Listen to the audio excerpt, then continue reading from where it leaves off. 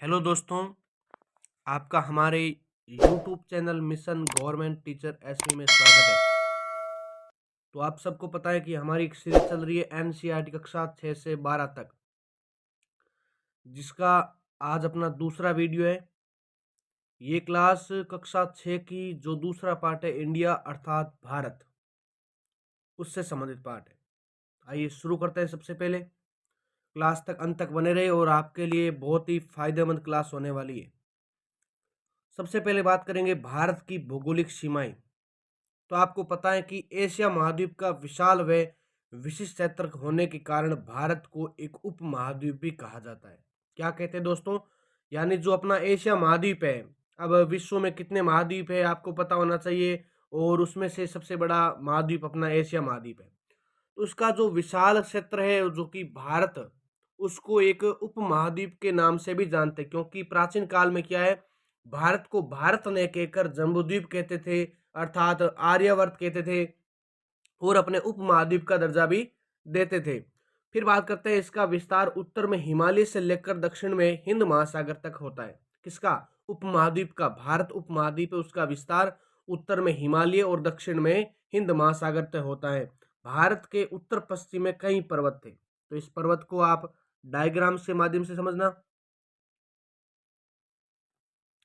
भारत के उत्तर दक्षिण में कई पर्वत थे, जैसे अपने देखो इधर हिंदुकुश पर्वत था, इधर डायग्राम में दे रखा सुलेमान, और इधर थी किरदर श्रेणी, और इधर इधर था अपने हिमालय। तो कुल मिला के बात ये करते हैं कि इस दिशा में तो अपने हिमालय था और ऊपर ही ऊपर अपने हिंदुकुश पर्वत मिलता है। तो भारत में विदेशी आक्रामकताओं का प्रवेश हो या भारत का पश्चिम के साथ व्यापार हो, ये विभिन्न दर्रों के माध्यम से होता था। दर्रे आपको पता ही है, जैसे बोखर दर्रा, हिंग ल्युआंचू दर्रा, ये ऐसे प्रकार के कुछ दर्रों के नाम है। ठीक है, तो खेबर दर्रा हो गया। तो भारत में जो विदेशी आक्रांत आते थे, जैसे तुर्की आ गए, अरबी आ गए, या मान लो कोई डच आ गए, जो विदेशी आक्रांतकारी आक्रमणकारी आते थे, वो दोस्तों या व्यापार करने के लिए लोग आते थे, वो कुल मिला के दर्रों के द्वारा आते थे। ठीक है, सबसे पहले बात करूंगा आपके लिए खेबर दर्रा। ये सारी जानकारी अपने एनसीईआरटी में है और आपके लिए बहुत ही शानदार महत्वपूर्ण नोट्स है, ताकि आप क्लास को लाइक कर दें और सब्सक्राइब कर दें। बात करते हैं सबसे पहले खेबर दर्रा। ये भारत का प्रवेश द्वार माना जाता था, भारत का प्रवेश द्वार व्यापार के लिए, और हिंदू कुश श्रेणी के उत्तर में अवस्थित है। जो खेबर दर्रा है, हिंदू कुश श्रेणी के उत्तर में अवस्थित है। सिकंदर से लेकर मुस्लिम आक्रांताओं ने इसी दर्रे से भारत में प्रवेश किया। देखो कितनी महत्वपूर्ण लाइन है कि जो सिकंदर से लेकर जो भी मुस्लिम आक्रांतकारी आए, उसके बाद बाद वो सब ने जो अपना खेबर दर्रा है वहीं से प्रवेश किया था और भारत को आक्रमणकारी किया था। फिर खैबर पख्तून प्रांत में अवस्थित काबुल पेशावर मार्ग यहीं से गुजरता है। ये प्रश्न भी अपने जो first grade exam, second grade होते हैं, या कोई भी जो ऐसे एग्जाम होते हैं जिनसे एनसीईआरटी पूछी जाती है, यहाँ से क्वेश्चन बनने के पूरे चांस रहते हैं। बात करते हैं 2 नंबर गोमल दर्रा। गोमल दर्रा ये हिंदू कुश के दक्षिण नदी में स्थित है और ये व्यापारिक दृष्टि से महत्वपूर्ण था, क्योंकि ये प्राचीनतम दर्रा है। जो गोमल दर्रा है वो प्राचीनतम दर्रा है और डूरंड रेखा इसी के पास अवस्थित है। अब आपको प्रश्न ऐसे पूछ ले कि निम्न में से किस दर्रे के पास से डूरंड रेखा गुजरती है, तो आपको खेबर दर्रा दे दिया, गोमल दर्रा दे दिया, बोलन दर्रा दे दिया, या मान लो आपको कोई और दर्रा दे दिया। ठीक है, तो आपको पता होना चाहिए कि गोमल दर्रा है उसके पास से अपने डूरंड रेखा गुजरती है या अवस्थित है। और बोलन दर्रा की बात करते हैं 3 नंबर, तो ये किरदर श्रेणी के टोबा कक्कर के पास अवस्थित है। तो दोस्तों बोलन दर्रा है वो अपने किरदर श्रेणी के टोबा कक्कर के पास अवस्थित है। यहाँ बोलन नदी चलती है। कौन सी नदी चलती है यहाँ पर बोलन नदी चलती है, और हेरात व कंधार से जेकोबाबाद व क्वेटा का रास्ता यहीं से गुजरता है। आपको क्या याद रखना है, जो हेरात व कंधार से जेकोबाबाद का जो क्वेटा का रास्ता है वो किससे गुजरता है, तो अपने बोलन दर्रा से गुजरता है। नेक्स्ट बात करते हैं दोस्तों अपने भारतीयों द्वारा भारत नाम कैसे, क्या पॉइंट है अगला, भारतीयों द्वारा भारत नाम कैसे दिया गया। तो सबसे पहले बात करेंगे अपने सबसे पवित्र और सबसे महत्वपूर्ण ग्रंथ अपने ऋग्वेद की। सबसे प्राचीन ग्रंथ है ऋग्वेद, ये भारत का सबसे प्राचीनतम ग्रंथ है। इसमें भारत के लिए सप्त सिंधु प्रदेश नाम का उल्लेख मिलता है। तो आपको पूछ ले कि अपने जो भारत है उसका ऋग्वेद में क्या नाम उल्लेखित होता है, तो अपने सप्त सिंधु प्रदेश, या इस प्रकार से भी प्रश्न पूछ सकता है दोस्तों कि सप्त सिंधु प्रदेश का नाम किस वेद के अंदर उल्लेखित होता है, तो आपको क्या याद रखना है, अपना ऋग्वेद के अंदर उल्लेखित होता है। फिर बात करते हैं यह 7 नदियों को इंगित करता है। जो सप्त सिंधु प्रदेश हैं, जो कि सिंधु नदी की 7 नदियों का बात है, तो ये 7 नदियों को इंगित करता है। और सिंधु हो गई सरस्वती, वितस्ता, अस्किनी, पुरुषनी, शतुद्री, विपाशा, इनके नाम भी दे रखे हैं। जैसे साथ में एक तो वितस्ता को अभी वर्तमान में झेलम कहते हैं, अस्किनी प्राचीन नाम था जिसका चिनाब नाम है, और पुरुषनी रावी नाम है। ये प्रश्न बहुत बार परीक्षा में पूछते हैं कि 10 राग युद्ध किस नदी के मध्य हुआ था। ये शतुद्री का प्राचीन नाम क्या था, तो सतलज था। विपाशा का व्यास था। उस प्रकार से अपने ऋग्वेद को, ये देखो दोस्तों, एक तो अपने ना लेवल के हिसाब से चल रहा है, क्योंकि कक्षा 6 की एनसीईआरटी में इतना ही दे रखा है, और थोड़ा बहुत हमने एक्स्ट्रा ऐड किया है, ठीक है। बाकी आप अच्छे से पढ़े। फिर बात करते हैं भारत के महाभारत की। महाभारत में किस प्रकार उल्लेखित है, तो भारतीय संस्कृति की धरोहर जिसमें निम्न विवरण मिलते हैं। इसमें कश्मीर, कुरुक्षेत्र, कच्छ, प्राग्ज्योतिषपुर, असम क्षेत्रों के नाम मिलते हैं। यानी जो महाभारत है उसमें एक तो अपने कश्मीर का उल्लेख मिलता है, और अपने कुरुक्षेत्र का, कच्छ गुजरात का, प्राग्ज्योतिषपुर असम का जो क्षेत्र है उसके नाम मिलते हैं। फिर जम्बूद्वीप की बात करते हैं। जम्बूद्वीप नाम किस प्रकार, अर्थात जामुन वृक्ष। दोस्तों जामुन, जम्बू द्वीप का अर्थ होता है जामुन का वृक्ष। मालाम्बार प्लम, इसको क्या बोलते हैं, मालाम्बर प्लम के फलों का द्वीप। यह नाम अशोक के अभिलेखों से प्राप्त होता है। जो अपने भारत का जम्बू द्वीप नाम है दोस्तों, वो अशोक के अभिलेखों से प्राप्त होता है। आशा करता हूं आपको समझ आ रही होगी क्लास। फिर बात करते हैं भारतवर्ष की। तो भरत नाम पहली बार ऋग्वेद में वर्णित हुआ, और यहाँ पर एक भरत जन कबीला रहता था। अब पूछ ले आपको कि भारत जन नाम क्यों पड़ा, तो आपको याद होना चाहिए कि भरत नाम का एक कबीला पहली बार ऋग्वेद में वर्णित हुआ, और भारत जन का एक कबीला रहता था। क्या रहता था, कबीला रहता था। और फिर क्या दे रखा है, देखो 10 राज्य युद्ध में इस कबीले ने विजय प्राप्त की। तत्पश्चात कई राजाओं ने इस नाम का निर्धारण किया। क्या याद रखना है, देखो भारतवर्ष नाम किस प्रकार से पड़ा, एक तो क्या है, इसका तो वर्णन अपने ऋग्वेद में हुआ है, और एक ये 10 राज्य या भारत वर्ष क्या था, एक कबीला था भारत नाम का। तो उसमें क्या होता है, उस समय एक 10 राजाओं और कुछ सुदास के मध्य युद्ध का हमें उल्लेख मिलता है, जिसमें क्या होता है, उस समय कई राजाओं ने इसका नाम भारत नाम से उल्लेखित किया या संबोधित किया। इस प्रकार से इसका नाम भारतवर्ष पड़ा। और कलिंग नरेश जो खारवेल के हाथी गुम्फा अभिलेख से हमें भारतवर्ष नाम का उल्लेख मिलता है। प्रश्न आपको पूछ सकते हैं अभिलेखों से संबंधित कि निम्न में से किस अभिलेख में अपने को भारतवर्ष नाम का उल्लेख मिलता है, तो अपने कलिंग नरेश खारवेल का जो हाथी गुम्फा अभिलेख है, और ये पहला अभिलेख साक्ष्य है जिसमें भारतवर्ष नाम वर्णित मिलता है। देखो दोबारा देखिए दोस्तों, जो कलिंग का जो खारवेल का हाथी गुम्फा अभिलेख है ना, वहीं पर अपने को भारतवर्ष नाम का उल्लेख मिलता है, जो कि भारतवर्ष नाम वर्णित है, सबसे पहला उल्लेखित है, ठीक है। फिर आगे बात करते हैं कालिदास कृत रघुवंशम।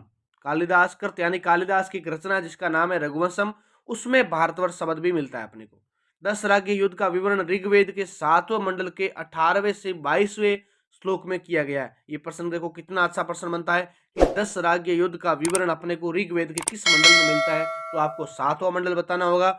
और अगर आपको पूछ ले कौन से श्लोक में मिलता है 7वें में से, इतना डीप जा सकता है परीक्षक, तो भी आपको 18वें से 12वें श्लोक में मिलता है। और भरत जन के राजा सुदास की विजय हुई थी। यानी ये जो अपना 10 राज्य युद्ध हुआ था, ये परुष्णी और रावी नदी के तट पर लड़ा गया। और इसमें ये बता देता हूं, जो 10 राजा और सुदास के मध्य लड़ा गया, ठीक है। और इसमें सुदास की विजय हुई थी। आप थोड़ा फैक्ट याद रख लेना, और इसका उल्लेख अपने ऋग्वेद में किया गया। फिर बात करते हैं दोस्तों विष्णु पुराण की। विष्णु पुराण में अपने को किस प्रकार से भारत का नाम उल्लेखित मिलता है, तो उत्तरी तय समुद्र से श्लोक, इस प्रकार का एक श्लोक है जिसके माध्यम से बताते हैं कि उत्तर में ये दिशा और समुद्र तक ये इस दिशा से क्या है, भारत का विस्तार बताया गया है। फिर संगम साहित्य, तो ये एक राजा के संबंध में लिखा गया है कि उसकी प्रतिष्ठा दक्षिण में केप कुमारी यानी कन्याकुमारी से उत्तर में महान सागर तक संगम साहित्य में बताया। और फिर ने विदेशियों ने इंडिया नाम कैसे दिया, विदेशियों ने भारत का इंडिया नाम कैसे दिया, किस प्रकार दिया, तो आइए बात करते हैं। सबसे पहले बात करते हैं फारसी, ईरानी, पर्शियन। किस प्रकार से फारसियों ने, ईरानी ने और पर्शियनों ने भारत का नाम दिया, तो 6 बीसी शताब्दी में फारस के शासकों ने, दोस्तों दोबारा देखिए, 6 बीसी शताब्दी में फारस के शासकों ने सिंधु नदी पर अपना नियंत्रण स्थापित किया, और फारसी वर्णमाला में से की जगह है से उच्चारित करते थे। क्या बात करते हैं दोस्तों, जो फारसी वर्णमाला में क्या होता है, से की जगह उसको है उच्चारण करते, इस कारण से सिंधु को हिंदू क्षेत्र बोलने लगे। यानी नाम तो क्या था, सिंधु क्षेत्र था, जबकि वो फारसी आए तो से को है बोलते थे, उस प्रकार से वो सिंधु को हिंदू बोलने लगे और अपने अभिलेखों में हिंदू नाम लिख दिया। इस समय हिंदू शब्द क्षत्र का प्रतीक था, न कि धर्म का। क्या याद रखना आपको, सबसे वेरी वेरी इंपॉर्टेंट लाइन, इस समय जब फारसियों ने, ईरानियों ने, पर्शियों ने, विदेशियों ने यानी अपने भारत का नाम रखा, तो उस समय ये जो हिंदू शब्द था क्षेत्र प्रतिष्ठित या क्षेत्र को इंगित करने वाला शब्द था, न कि किसी धर्म को इंगित करने वाला शब्द था। बात करते हैं आगे नेक्स्ट। सर्वप्रथम सर्वप्रथम सासानी शासक शापुर फर्स्ट के नक्श ए रुस्तम अभिलेख में, नस्त एक और अभिलेख में 1800 वर्ष पूर्व में हिंदुस्तान शब्द का उल्लेख मिलता है। किसका मिलता है? हिंदुस्तान शब्द का उल्लेख मिलता है। ये लाइन भी आपको याद कर लेनी है। बाकी इसकी आपको पीडीएफ चाहिए तो टेलीग्राम चैनल पर उपलब्ध है, आप ज्वाइन कर लेना। फिर यूनानियों के द्वारा क्या नाम दिया गया, तो इसकी भी बात करेंगे दोस्तों। यूनानियों के द्वारा, तो यूनानियों द्वारा इन्होंने फारसी स्त्रोतों के आधार पर नामकरण किया। जो फारसी स्त्रोत उपयोग करते हैं, किस प्रकार हम नाम रखेंगे, किस प्रकार उन्होंने क्या क्या परिवर्तन किया, उसी के आधार पर, उसी के स्त्रोतों को आधार मानकर यूनानियों ने भी भारत का नामकरण किया। तो यूनानी वर्णमाला में ह को ई रूप में उच्चारित करते थे। वह क्या बोलते थे? यूनानी मुख्य रूप से जो है वर्ण होता था उसको, जैसे हिंदू है तो हिंदू को है को ई बोलते थे, उस प्रकार से हिंदू क्षेत्र की इंडोई, इंडी के नाम दिया। क्या नाम दिया? इंडी के या इंडोई नाम दिया। तो यही आगे चलकर इंडिया नाम बना। पूछ ले आपको कि इंडिया नाम निम्न में से किन के द्वारा दिया गया, तो यूनानियों के द्वारा दिया गया था। जबकि आपको पूछ ले कि सिंधु से हिंदू नाम किसने बनाया, तो ये अपने फारसियों ने, पर्शियनों ने बनाया था। ठीक है, अर्थात सिंधु नदी इंडस कहलाई। जो सिंधु नदी है अपनी भारत की सबसे प्राचीन नदी है, जो कि वर्तमान में क्या है, पाकिस्तान की जीवन रेखा कहलाती है। फिर चीनियों ने क्या नाम दिया, तो चीनियों द्वारा चीनी यात्रियों ने भारत को यिनतू, चिनतू या सियनतू तथा इंडू नाम दिया। चीनियों के द्वारा भारत का, चीनी यात्रियों ने भारत को, एक तो देखो चीनियों ने नाम क्यों दिया, क्योंकि उस समय भी चीनी यात्री भारत में आते थे, व्यापार करने आते थे और वो सोचते कि ये क्षेत्र क्या होगा, इसका नाम क्या देते हैं, तो उस प्रकार से उन्होंने क्या नाम दिया, यंतु, शियंतु अर्थात इंदु नाम दिया था। फिर अगली लाइन क्या देखो, जुआन जेंग वैन सांग ने, दोस्तों जुआन जेंग हैन सांग ने भारत को तियन चूर यानी स्वर्ग तुल्य भूमि बौद्धों के समान में कहा था। पूछ ले आपको कि स्वर्ग तुल्य भूमि बौद्धों के समान में किन्होंने किया था, नाम कहा था, तो अपने चीनियों के द्वारा कहा गया था। किसने कहा गया था? और चीनियों के द्वारा। तो चीनियों में कौन प्रमुख थे? उन्होंने अपने वैन सांग प्रमुख थे। कौन थे? वैन सांग बिल्कुल प्रमुख थे। फिर बात करते हैं हैन सांग की, थोड़ी एक्स्ट्रा बात कर लेते हैं। तो वैनसांग 629 से 645 सी के मध्य 16 वर्ष तक भारत में रहा। जो वैनसांग था चीनी यात्री, वह 1629 से लेकर 1645 के मध्य 16 वर्ष तक भारत में रहा। वह 70वें वर्ष चीन वापस गया। कितने वर्ष?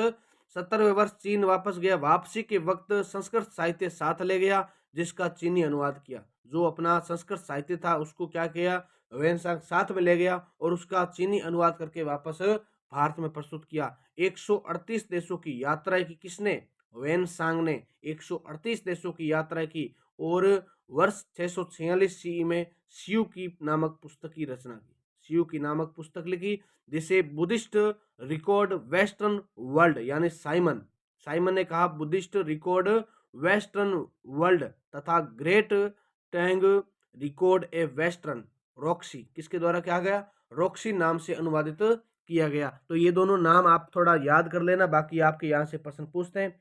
फिर विविध की बात करते हैं, तो विविध में क्या देखते हैं अपने, हिब्रू भाषा में सिंधु को होडू कहा गया।